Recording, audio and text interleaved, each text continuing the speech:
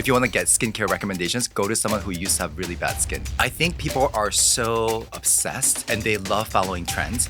And I see so many patients who have damaged their skin barrier because they've overexfoliated and they're overusing acids and retinol and they're doing. Been there. There are a lot of other brands who position themselves at medical grade, but there are very few that I actually trust and recommend. I think there's a lot of fear mongering, and I think that's the bad part. Not everything they watch on the news or read on the paper may be accurate. Support for the show comes from Amazon. It's December, and that means no more neglecting your gift list. Find everything you need for everyone in your life on Amazon. Like a nice gaming chair for your teenager, because if they're gonna game, they might as well do it in style and with good posture. Or for your mother-in-law, who's always complaining about the cold. A heated blanket is a game-changer gift that will cement you in her good graces forever. Shop Amazon for holiday deals now.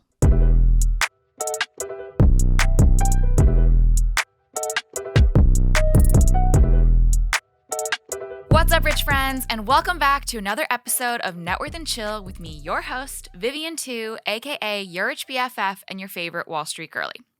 Like every single person out there, I'm always on the hunt for the best products, remedies, tinctures that are going to give me the glass skin that I've always wanted and frankly deserve. But here's the thing. I walk into Sephora, I'm staring at a $15 moisturizer next to a $150 moisturizer. And honestly, I have no idea if I'm investing in my skin or just getting scammed by pretty packaging. And don't even get me started on trying to figure out if I should be spending my hard-earned money on threading, laser treatments, peels, or just like getting a really good retinol and calling it a day. So today I brought in an expert to help us separate the skincare investments from the money pits. He's a board-certified dermatologist, the founder of Lightsaver Sun Care at Sephora, and the minimalist skincare king with almost 700,000 followers who actually knows what the hell he's talking about. Everyone, please welcome Dr. David Kim. So nice to meet you. So nice to meet you. Thank you so much for being with me here today. So now that I have you in person, I'm going to be very selfish. This is mostly a podcast episode for me. What are the treatments and products you think I should do or invest in? Look at my skin right now, doctor. Oh my please. gosh. This is my free consult. Can we be honest? Yeah. Okay. I think, are there any questions I can't ask? No. No. Okay. Are you at a stable weight? Yeah, I think so. Any plans to have kids anytime soon? No. No. Okay. Can you sit up straight? Have you done any? Oh my God, can you sit up straight? I'm going to hurl myself off a cliff. Okay. So I can see your face. Chin down a little bit. Have you done any treatments? I occasionally, like a couple times a year, will get a little bit of Botox in my 11s, but I'm due. Okay. I mean, you look great. Your skin quality is great. Your pigmentation is really hardly visible. You have very even complexion. You could start doing things that are energy-based treatments that are lifting. So Alt Therapy, great ultrasound-based lifting treatment, FDA cleared. It's a great treatment. You do it just once a year. And there's another treatment called ZERF that just came out. It just got FDA clearance just recently. It's a radio frequency based treatment, and I think doing that once or twice a year will make a big difference in the long term. What do those two things do? They stimulate collagen production so that you get a gentle lift, and the best thing is they're super gradual, so you don't see a big change overnight. Over the course of 4 to 6 months, you will see a gentle lift, and people love it. Okay, so when can I come in to your office so we can do this immediately? Right after the podcast. Perfect. Amazing. I'm so thankful that you weren't like, actually, I have 18,000 things I'm about to fix about your skin. No, that's great. And you look so great. Thank you. You clearly take care of yourself. I do try to take care of my skin, but you know what it is? It's because I've had really bad skin over the course of my lifetime. God. I did a round of Accutane in college. I struggled with my skin for a very, very long time. Yeah. I think after the Accutane, it was a lot better. Yeah. But I'm still, using a prescription retinol. Yeah. I still have a skincare regimen. Yeah. I slug, I moisturize. Yeah. I try my best. It shows. And also, it's really interesting. I've been on Accutane, not once, but twice, because I have horrendous acne. I'm looking at your skin, and there's not a pore in sight. That's not true. Is it? All I'm wearing is a light moisturizer and sunscreen. That's it. I don't have any makeup on. And I microdose Accutane still. You do? Yeah, because I still flare a little bit here and there, and it just keeps everything at bay. But I always tell my patients, if you want to go see someone, if you want to get skincare recommendations, go to someone who used to have really bad skin because they know what they're talking about. Yeah, I don't want to talk to someone who's never had a pimple because you don't even know what it's like. I know, exactly. And so speaking of all of these kind of different things that we're doing to our skin, the beauty and skincare industry is worth billions of dollars. Yeah. And from a dermatologist perspective, where do you see people wasting money on their skin and where should they actually be investing? Oh my God, that's such a good question and a hard question to answer. I think people are so obsessed and they love following trends. And I see so many patients who have damaged their skin barrier because they've overexfoliated and they're overusing acids and retinol and they're doing— Been there. Yeah, been there, done that, all of us, right? And so now that's what I see a lot. Everyone comes in with really red, inflamed, flaky skin because they're using so many actives all at once. So I think it's better to just take a step back, start using 1 or 2 actives at a time and see how your skin responds, because we don't really need all those actives all at once. Okay, if I give you $50 Yeah.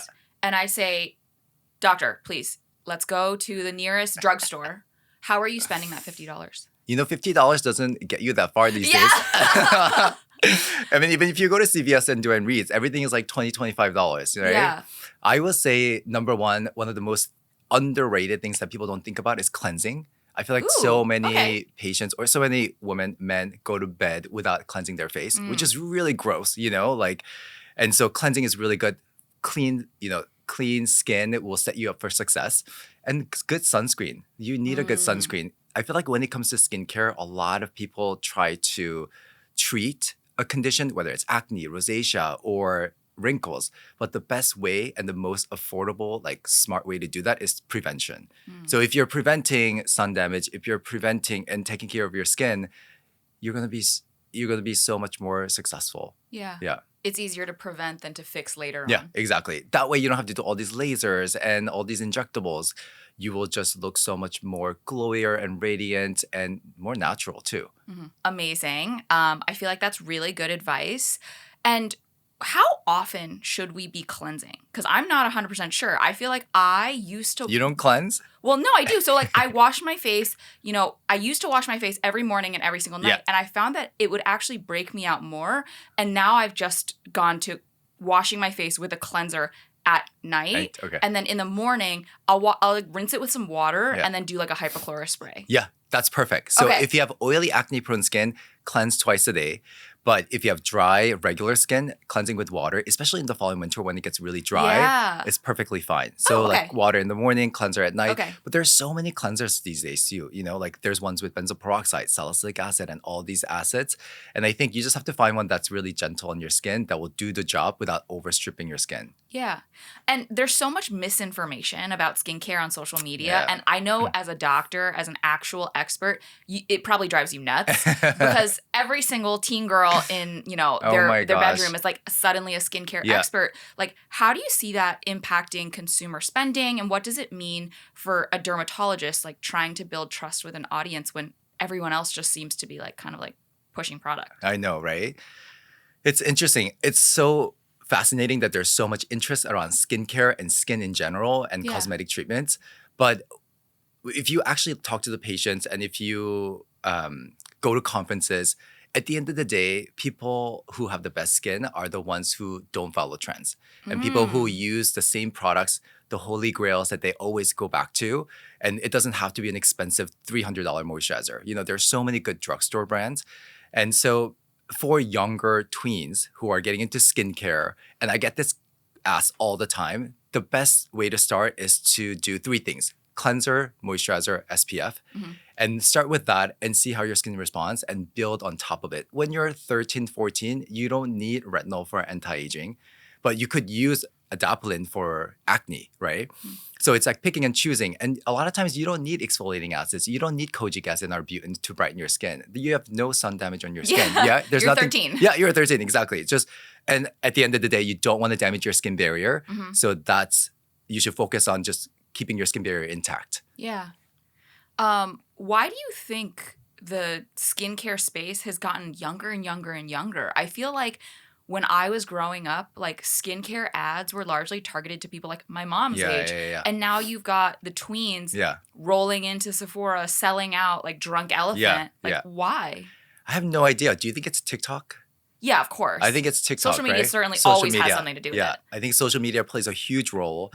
And now we're so attached to our phones. We spend so many hours every single day scrolling. Mhm. And I think that's what we see because the algorithm feeds you what you want to see. Yeah. And I think people do want to have this glowy, effortless, perfect skin. But it's interesting. I think there's a limit to, when it becomes a little excessive. Right. And that's not always a good thing. Yeah. Yeah. To like set that like expectation of Yeah. always looking perfect. Yeah, exactly. Because I remember being that age and like I was weird. So was I. Like, Yeah. these kids are not going through that awkward, ugly phase anymore. Maybe they are behind the scenes. Really? You don't think? I don't know. Yeah. I look at some of these girls and I'm just like, wow, like you didn't ever have glasses or braces or acne. Like that built character. I went through all those phases. Right, Yeah, all of yeah, them. yeah. And another kind of hot button topic that we get into and I see on social media is med spas. Oh, yeah. So they're kind of this in between of, just going to a drugstore or a beauty supply store versus going to a board certified dermatologist. Yeah. There's these med spas popping up all over touting medical grade skincare. Yeah. What does that even mean? That's a good question. It's a very controversial topic. Talk to me. I don't think it really means anything. I think it could suggest that they've done clinical trials to show the efficacy. But medical grade sounds a little misleading because it sounds like a prescription cream, but it's not. It sounds like you would be giving that to me. Yeah, exactly. You're a doctor. Yeah, exactly. I think clinical skincare is probably more appropriate. Oh, okay. There are a lot of pharmaceutical companies that are actually getting into the skincare game too. So like the pharmaceutical companies that make Botox and fillers, they have their own skincare line too. Which, by the way, I've used Skin Medica, which is from that brand, and I love it. It's great, right? It's a really great brand. I feel like it doesn't damage my skin barrier, and it's like it goes on nice. Yeah, exactly. So gentle, and they have so much data to show the efficacy. Yeah. So even though it's a little bit pricier, I think it's definitely worth it. But there are a lot of other brands who position themselves at medical grade, but there are very few that I actually trust and recommend. Mm-hmm. Yeah, Skin Medica being one of them. Yeah. Yeah. Can I know? What do you use on your face? I'm trying things all the time. You You try things all the time on your face, no? Yeah, I do. But that's because I'm like chaotic. And I'm like, oh, I want to try this because this was like a purple bottle or like this bottle was glow in the dark. Like no, that's not true. You read. I like do, but like I don't. Yeah. You know what I mean? Yeah. Like if it smells nice and it looks good, I'll try it. Yeah. And then sometimes it's really bad. I mean, I found out like I had a lanolin allergy. Okay. Just a couple months ago. You can't use Aquaphor? Well, so for some reason, Aquaphor is okay, but I was using actual like lanolin, like Lanolips, like stuff. And this is a product, by the way, that a lot of my friends swear by. Okay. And I was like, oh, well, like all of my friends love this product. Yeah. Turns out I have a lanolin allergy, and I was using it to slug like last winter. Yeah. And I put it all around my lips. I put a little bit under my eyes. And I was like, oh, I've got some dry patches on my face. I'll put it there too. Oh my God. I woke up the next day and I looked like Will Smith in Hitch. I was like, what is going on with my face? Oh my gosh. And you had no idea before? I had no idea. Was it itchy? Or did it just swell? It swelled and my skin flaked off. Yeah. I will say, though, after all of my skin flaked off. It looked amazing. Yeah, it did. I was like, new baby. Because it's a baby, new baby skin. That's interesting. I get sent a ton of products. Yeah. And I always try them. You do? Yeah, I try them all because I want to know because I'm always looking for new products too. I'm curious. There are new ingredients that are coming out all the time. But I know right away if I'm going to like something or not, within 2 seconds. What are you judging it on? Texture. Ooh, yeah, okay. I get texture and scent. And those things are the two most important things because I just know my skin really well. Yeah. And then I will, if it passes that first stage, then I will use it for about 3 days. And then if I still like it, and then I will use it for a week. And then if I really like it, then I'll continue to recommend it to patients. But I try all the products. But right now, my routine is very simple. In the morning, I'll cleanse with water. And then I use Augustinus Bader. I think that's how you say it. Augustinus Bader. Augustinus Bader. Augustinus Bader. You like that? Oh yeah, the light cream. So there's a rich cream, the Yeah, cream and the oh. light cream, but the light cream is really lightweight, super hydrating. Okay. So I do that one. I was going to say the rich cream made me break out. Oh, the rich cream is very heavy. Yeah. I didn't like it. Yeah.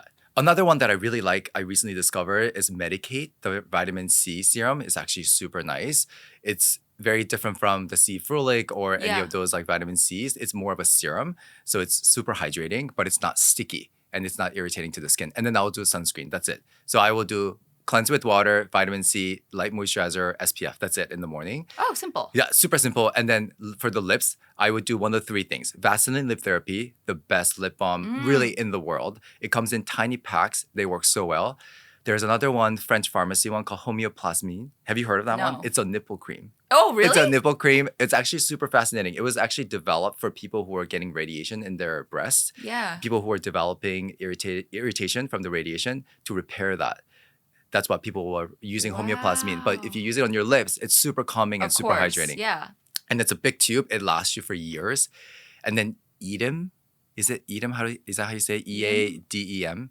EADEM. Edam. I've never even heard of this. Oh, really? No. It's a brand. They are at Sephora. Their lip balm, I think, is one of the only lip balms in the market that's not drying. Yeah. I feel like all the other lip balms, I find them very drying. Yeah. And you then have to like use more and more. Yeah, and more, exactly. And your addicted to lip balm. Yeah, and your lips actually end up being really chapped. And then at night, I will cleanse. I will always do retinol twice a week. That's all I can do. And I always tell my patients the goal is to use it every day. But if you can't do it every day, that's okay. Like do it twice a week. That's enough. And then the brightening serum and lights moisturizer. That's it. Well, Dr. David is very humble, so he didn't mention that you actually launched your own sunscreen brand. You didn't plug that. No, I didn't plug that. Okay, but your sunscreen brand, Lightsaver, it's actually in Sephora, which I think we are all underestimating how challenging it is to actually get a product into Sephora.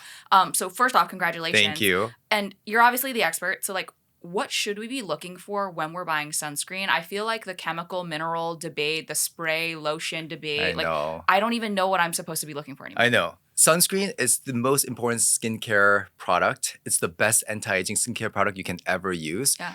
But really, the best sunscreen is the one that you're actually going to use. Whether it's chemical, whether it's mineral, really find the one that you like and actually use it every day. Especially if you're traveling a lot, if you live in sunny areas, it's so important to protect your skin.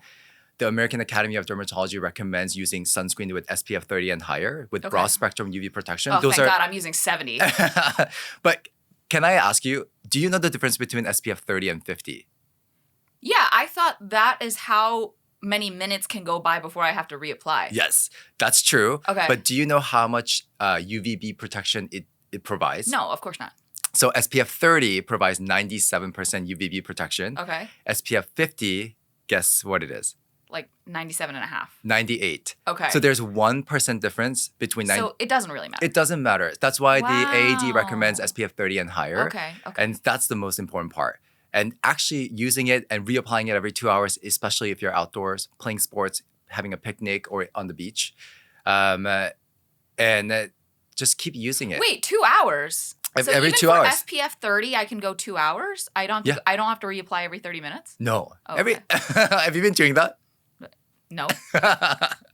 I mean, you're a rock star. You're a role model. Well, I just feel like very nervous about my skin because, I don't know, and this is also a very like different conversation, but growing up, my mom was always very sensitive about me getting very dark during summer swim team. Okay. And so she was always lathering me up with sunscreen and I felt like it was so annoying. Were you like a white ghost? Yeah, always. Always, but then by the end of the summer, like, you know, I tan. Like I really do tan. Yeah. And I think being Chinese, being Asian, there is a lot of like, honestly, just like colorism in the community. Oh yeah, 100%. Like you want to be a ghost. I mean, like you see the Chinese version of TikTok, Douyin, and all of the girls have this filter on that make them look like not super human. pale. Yeah. Like they look like ghosts. Yeah. Whereas in America, I feel like the beauty standard is to have like a nice glowing tan. Like spray tanning is a thing here. Yeah. But that's, you know. Yeah, it's interesting. I mean, I grew up in Korea until I was 14. And Koreans have the exact same beauty standard. Exact same, yeah. But sun protection is huge. Like from a very early age, you're all like putting on sunscreen as a routine and as a family. And I think it's something that we should start to do here in the States. Yeah. Yeah. Can I ask, I feel like over the past maybe decade, Yeah. Korean skincare has had such a meteoric I know, rise. yeah. And frankly, not just Korean skincare, but like Korean, Japanese, even European skincare. Yeah. Like when I go to Europe, my friends are like, buy us some La Roche-Posay at the drugstore. I'm like, you can get La Roche-Posay here. And they're like, yeah. it's different. Like, why are we so in love with Korean, Japanese, European skincare? Yeah. Like, why is American skincare just not as good? Well, there are actually a lot of really good American brands too. But I was having dinner with Kathleen Howe. Shout out to Kathleen. Yeah. She's the editor at Elle Magazine. And we were talking about this and why K-beauty has blown up so much. And we were thinking that it's not just K-beauty, it's the culture. There's so much happening with K-pop, with Korean entertainment, movies and shows, Squid Games. Yeah. And I think it's all of that having halo effect. And Korean beauty, K-beauty actually is very innovative. They have very good ingredients. They have really good storytelling. And it's not just cute packaging. The products actually do work. And most importantly, they're affordable. You know, they're like $20, $25. They're not $60, $80. And you can get them like now at Sephora and now at Ulta. They're everywhere, right? Yeah. And so I think it's a great place to start, especially if you're curious and you want to try all these different active ingredients. What is your thought on like medical tourism? Because I know so many girls. I'm not going to name names. Y'all better you watch know out. who you Y'all are. better be nice to me. I'm not going to name names, but I know a number of like pretty high profile like talent, influencers, celebrities who are taking trips to Korea I know, to get the salmon sperm facial, to get the thing that they're not legally allowed to get here in their neck, to get rid of the wrinkles. And like, I'm just like, this sounds so cool. Should I go next? Do you want to go together? Yeah, I'm going at the end of the month. Oh, are you really? Yes, I'm going. Yeah, I'm tagging along on this trip. I actually am. I love Regeron, the salmon sperm DNA. Yeah. I may actually do it on my face for the first time. Oh, okay. Yeah, I'm kind of curious. Well, will you send me a before and after so I will. I can see? Okay, amazing. But you're supposed to do it like 3 times 2 weeks apart, so you can, unless you're there for a while. But it really does make a difference. And Regeron, the salmon sperm DNA, it's been available in Korea for almost 10 years. So this is not new, you know? It's just that the world is finding about it, or the West is finding about it. And same thing with all the other lasers and injectables that are available in Korea that's not FDA approved here, so that you can't get it here. Even like the salmon sperm DNA, you can apply it topically. You can pair it with laser treatments or microneedling and apply it topically. It still makes a huge difference, but it's different from getting it injected. In your face and your neck. You know, some people will do it you'll be shocked, on their arms, on their chest. Why? To hydrate, and because you have wrinkles on your arms. I don't know. I know. Maybe I'm not lifting weights heavy enough. Yeah, and guess what? Above the knee, you get, some people get wrinkles above the knees, and people will do Regeron and fillers. That feels like a lot. That feels really excessive. It's really interesting, but it really works. And there's so many devices that they have there that we don't have here. Yeah. Is it just like the science is better, or like?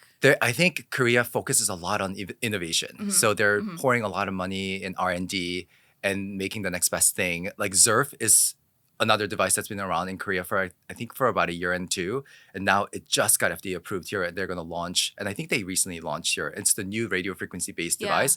And it really does show results immediately. And it gives you a gentle lift, and it stimulates your skin cells to produce collagen. So now a lot of, I think, devices are trying to break into the American market too, kind of like what K-beauty has done. So we'll see what happens. Oh, I love that. I mean, I can't wait. But personally. the FDA is so slow, so it may take forever, you know? It may take years. Yeah, fair enough. Support for the show comes from Amazon. This holiday season, Amazon has got you covered for all of your holiday shopping needs. For your sister, whose bangs are creeping even further up her forehead because she insists on cutting them every 6 months, you can get an actually nice pair of salon-grade shears. Say goodbye to the kitchen scissors. For your partner, who's been craving a new crafty hobby to keep them from picking up their phone 24/7, you can get a cross-stitch kit or embroidery kit for them to try out. And you can't forget yourself.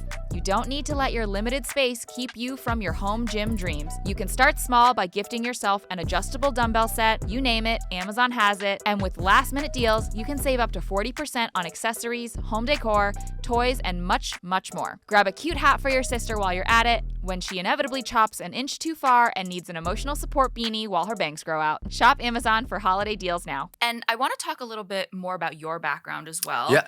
I have heard a rumor, it's not a rumor. My friend is a plastic surgeon and she told me this. Okay.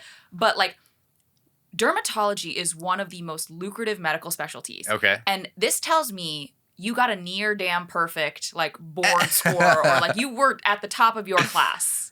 Is that true? I worked really, really hard. Oh, that's how someone says I was the smartest guy in my class. No, that's not true. Actually, I've been so lucky. I don't know if you ever felt this way.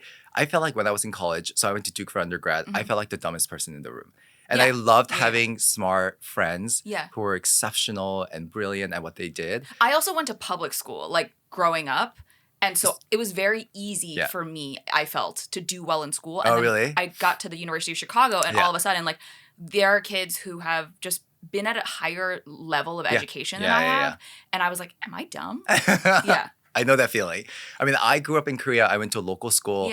And it was very different from and then I went to Toronto for high school and middle school and high school.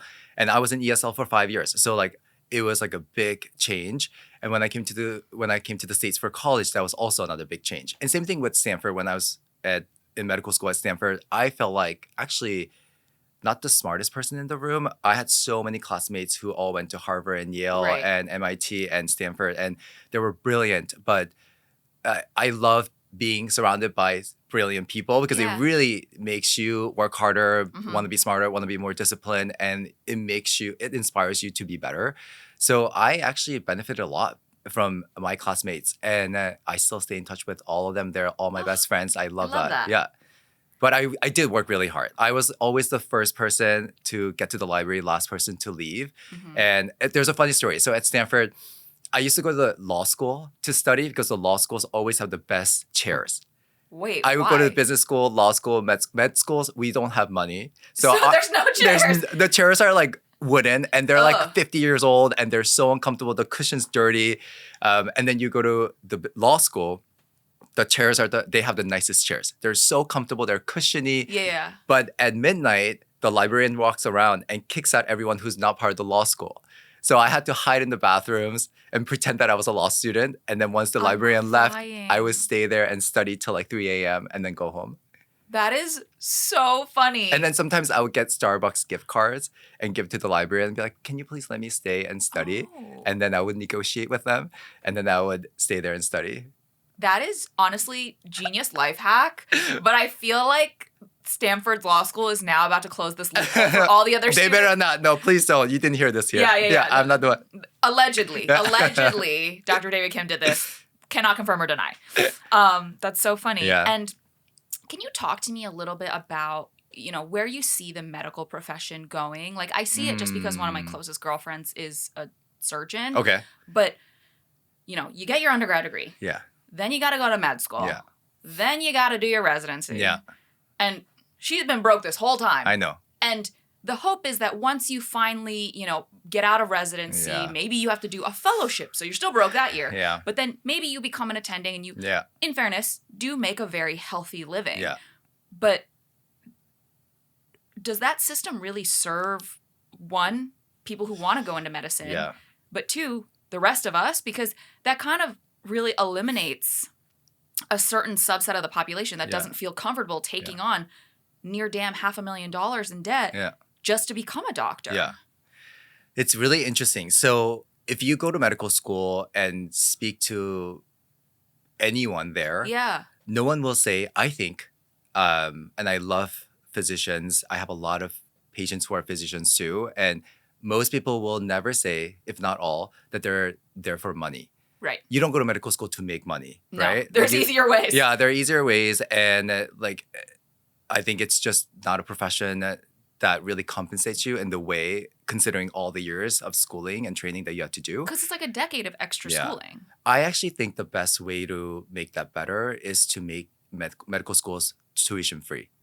I think if you can make medical schools tuition free, that will make a huge difference. And I think you are seeing that. NYU is now tuition free. I think Stanford is also tuition free. Hopkins is tuition free. And I think they see the value in that, not only attracting talent, because a lot of times when you're applying to schools, you also have to apply for financial aid and scholarships. Right. And even if you get into a better ranked school, you may end up going to a school that offers you a better financial package.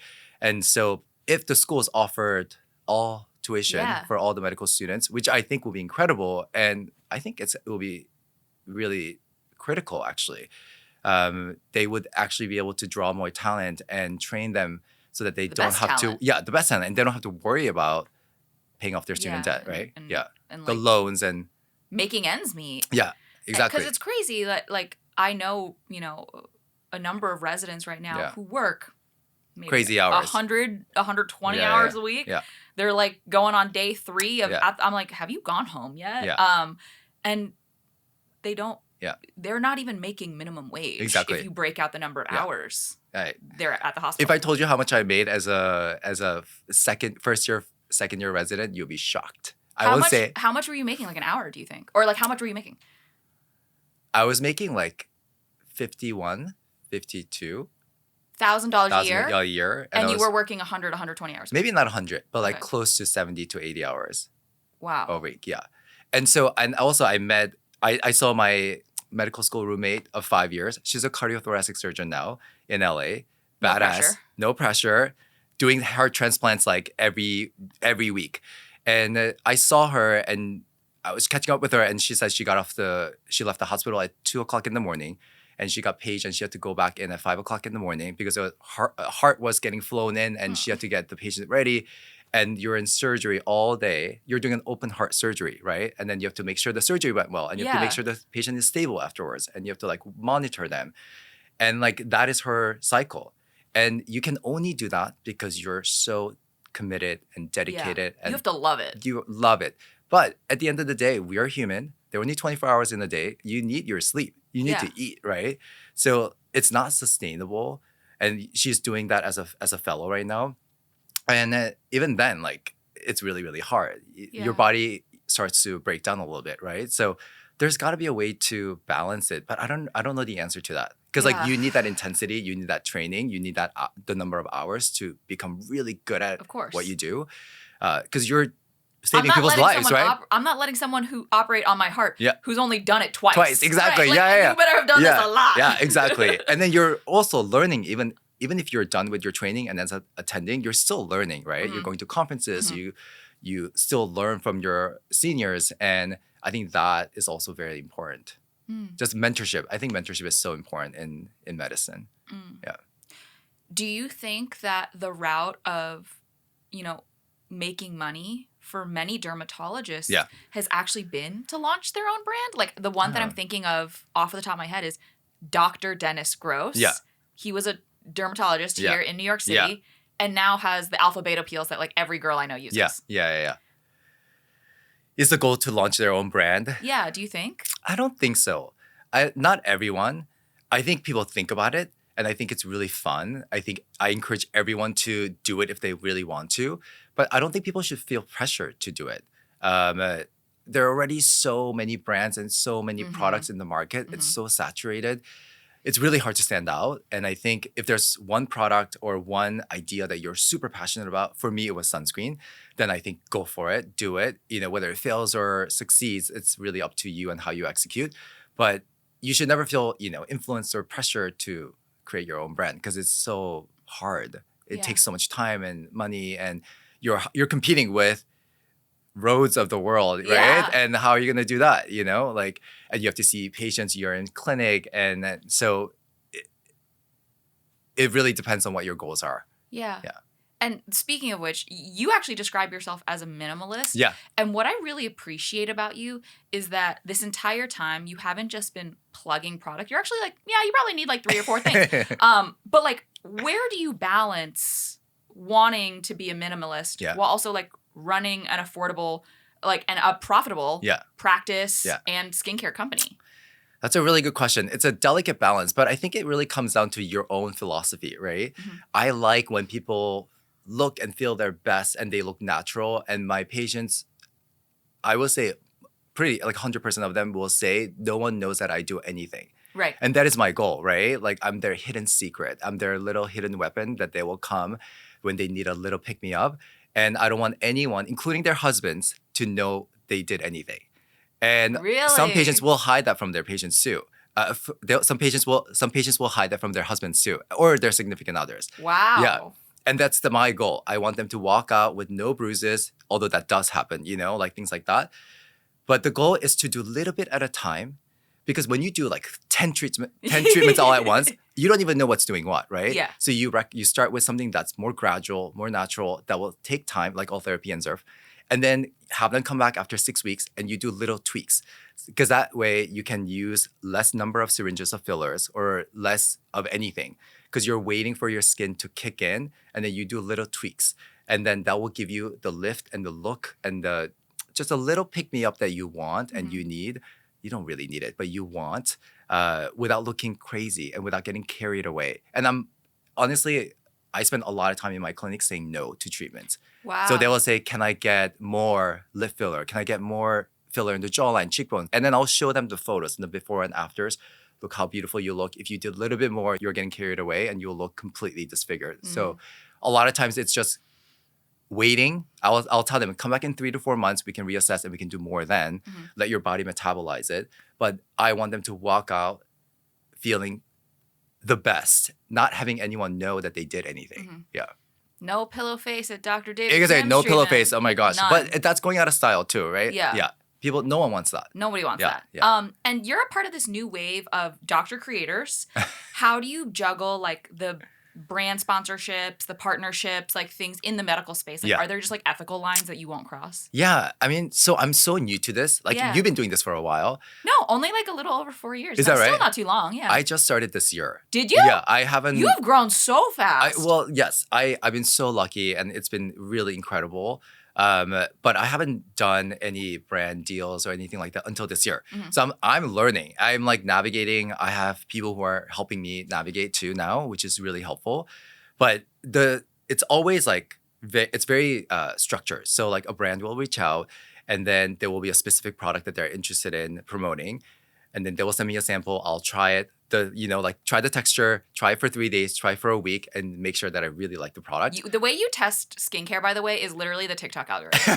Should I just do that? Yeah. Do a video.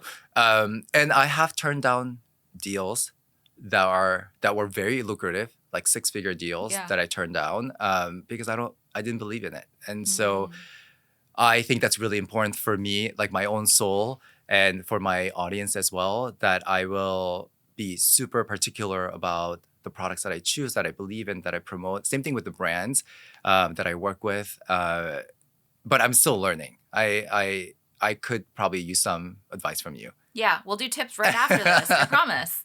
Now that the holidays are coming up, what do you encourage people when they're thinking about like cute little stocking stuffers for like skincare? Like, what do you like to gift people? Oh my God, so many things. I feel like a lot of people travel during holiday season, so little travel kits are really helpful. Oh, cute. Like, yeah, I think so. There's so many of them. Of course, sunscreen. You have to have sunscreen. I think lip products like Vaseline Lip Therapy or Edam, those are really good products. Cleansers. Every time I travel, I feel like I can't find a cleanser that fits into the travel kit because I hate checking bags. No, I never do. Yeah, I never do. I always have carry-on. So cleansers are really good. Perfumes are really fun. I feel like colognes, I think those are really good products. But also, holidays, like people are very generous and you're very like excited. And I think it's good to also splurge a little bit and then give them that beautiful candle that they wanted or beautiful moisturizer that they wanted just for the holiday time. Yeah. Aw, that's thoughtful. Yeah. And hand creams. I feel like hand creams are super underrated. I know. Someone told me that I needed to start putting SPF on my hands, and I started you doing don't? it. Well, I do now because I was like, I don't want to have wrinkly hands and like a or smooth sunspots. face. Yeah, exactly. And you have to extend it down to the neck and the chest. I go all the way down to the chest now. Yeah. And all over the arms. I don't do my arms because I'm so lazy. I'll get there.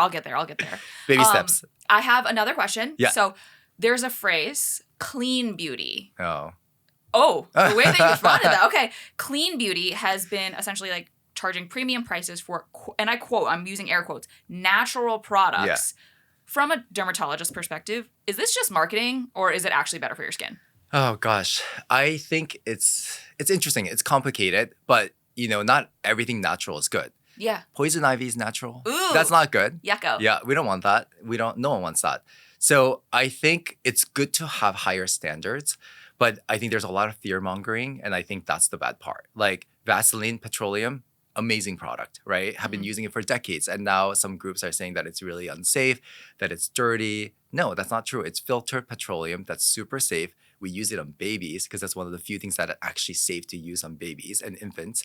And so like you have to strike a balance a little bit. But now I think one good thing about the clean that aspect is that it has made all the brands make their formula a little bit more curated. So if there are specific ingredients that they don't want to use, they will be very intentional about that. And I think that's a good thing. If there's fear mongering, that's bad. But if it makes brands and the whole industry be better, and I think that's okay. I have another hot question. Yes. When should someone start thinking about seeing an actual dermatologist versus trying to DIY something? Yeah. I think that happens a lot with rosacea and acne and anti-aging too. But with acne especially, I struggled with acne. I was there. Like I tried to fix it myself for a very long time. Which, by the way, I feel like I used Proactive for so long and that shit does not work. You don't think so? I didn't think so. Okay. Some people really believe in it. But it's just a combination of benzoyl peroxide and maybe clindamycin. There's nothing fancy about it. They just make it really easy for you. You know, cleanser, 1, 2, serum. 3, yeah, exactly. That's it. So like, and it's so easy to subscribe and get the products and you never run out, right? But the time you should really see a derm is after trying those products, whether it's one brand or another. After trying those products for 6 weeks, if you don't see an improvement in your skin, you should definitely see a dermatologist because you're only gonna get more pimples, you're only going to create more acne scars, and that's going to be harder to treat. Yeah. Oh, I like that. That's like a very like muted approach. It's Is like it? try it at home. If you can't do it in 6 weeks, see a professional. Exactly. Don't just like keep trying new products with new active ingredients because that may not be what you need. You may actually need prescription creams, you know? Okay, fun one for you. What do you think is the most overhyped, overpriced treatment or product in the skincare market in dermatology right now? Oh my gosh, that's so hard. So there are a lot of lasers coming out for acne to cure acne. I haven't seen enough data to really believe that that's going to be a good long-term solution. Ooh. It may help short-term, but to properly treat acne, you have to treat the underlying cause. Right. And doing a laser treatment superficially, is it going to really fundamentally change your sebaceous glands and your skin DNA and architecture? Probably not. So I would be I am cautious of any lasers that are designed for acne and curing acne. Oh, lifting. Lifting? Any skincare product that promises that you're going to get a lift in 1 month or 2 months, I don't think that's going to really work. Awkward. I'm currently using like a cream that's supposed to be lifting. Lifting? Like a lifting my neck. Have you seen a difference? No. Well, maybe you just have to use it longer. I don't know. But it's really hard to lift your skin with skincare products. Got you. Yeah, topically, you know? Like you have to actually do something to like the muscle or like the below this Exactly. part. Because a lot of times as we get older, people only think about the skin, but as we get older, our skin gets thinner, we lose fat on our face, our muscles shrink, and our bones also shrink. So you're losing structure. Everything just falls inwards and forwards, right? Hate this. I know. We love this? So you have to restore the volume. You have to create structures in your face, and you have to stimulate collagen at a deeper level of your skin to really get a meaningful lift. You can only do so much by putting products on your skin, you know? If you start doing that really early on, like in your 20s, you will age slower. But you will eventually get there too, right? Yeah. There's only so much a skincare product can do. And we're running out of time. Oh, so no. I have a very easy, definitely not controversial, not contentious question for my final thing that I want to talk to you about. Right now, it does feel like there's a little bit of an attack on science. And there is less credence being given to doctors. Yeah. There's defunding of scientific, research. Yeah. There is just a lack of belief in tried and true health policies. Yeah. As a doctor, what concerns you the most? So much. Number one, innovation. A lot of the funding that has traditionally been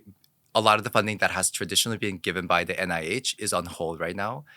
I have a very good friend who recently got her grant from NIH, and she was very excited to start her lab, and it's on hold now because the funding has been frozen. And that's going to hold us back it may not affect us now, but we are going to feel this in 10 to 15 years. Yeah. Because that's how long research takes, right? It takes decades to really start with a basic science research at a lab, and then translate that into a medication and do clinical trials. That is something that takes 10 to 15 years. Every innovation that we are benefiting from right now is from years of research that has already been done for decades, right? Number 2, vaccine. That's a real problem. We are living in a society that is healthy and protected and immunized because they've done such a good job vaccinating all the children. And these are vaccines that have been studied and proven through clinical trials and in the healthcare system for decades.